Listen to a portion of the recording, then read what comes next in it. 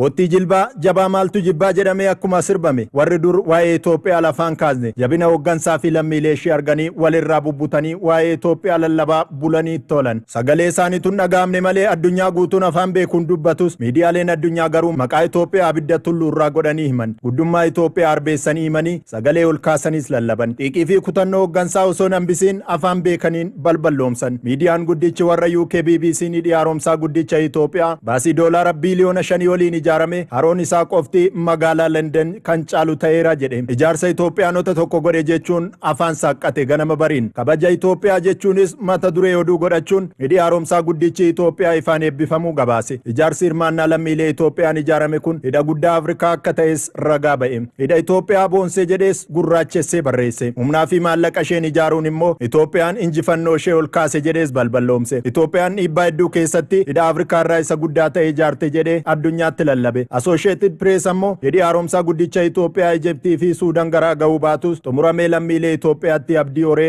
eebbifamuu gabaase. Seenaa dubartii Itoophiyaa faanosee addeettee iyyaafate aanaa mana abbichuu jiraatti jedhe. Shaama ibsataa ijoollee guddiste barootaaf ifa arguu hawwiti hidha haaromsaan amma milkaa'uu abdachuu ishees gabaase. The Economist ammoo hidhi haaromsaa Itoophiyaa naannoo baha Afrikaatti rakkoo nageenya uuma jedhamee osoo sodaatamu Itoophiyaan cichoominaan ijaartee xumurtee jedhe. Miidiyaan dhimma Afrikaa xiinxalu Afrikaan News hidhi biyyoonni yaa'a gara gadii akka hin hidhamne barbaadan Itoophiyaan garuu cichoominaan eebbistee jechuun balballoomse. France 24 ammoo Itoophiyaan hidha guddaa miiliyoonota humna elektirikiin fayyadu ijaartee xumurte jechuun gabaase. DW ammoo hidhi haaromsaa Itoophiyaan xumurtee eebbiste. Humna ifaa kanaan dura qabdu dachaa waliin dabala yoo jedhu itti dabaluunis yaa'ii bishaanii kan irraan hir'anne ta'us biyyoonni yaa'a gara gadii garuu sodaa lallabuu Itoophiyaan injifannoo ishii labsattee jechuun wal bira qabee ibse. Somaalii Gaardiyaan ammoo osoo Ijipti Somaaliyaa fi Itoophiyaan wal lolu jettee eegdu pirezidaantiin Somaaliyaa Hassan Sheikh Mohammed eebba hidha haaromsaa irratti argaman jedhee biyyoonni ollaa Itoophiyaa irraa hammeenya akka hin qabne ragaa ba'e.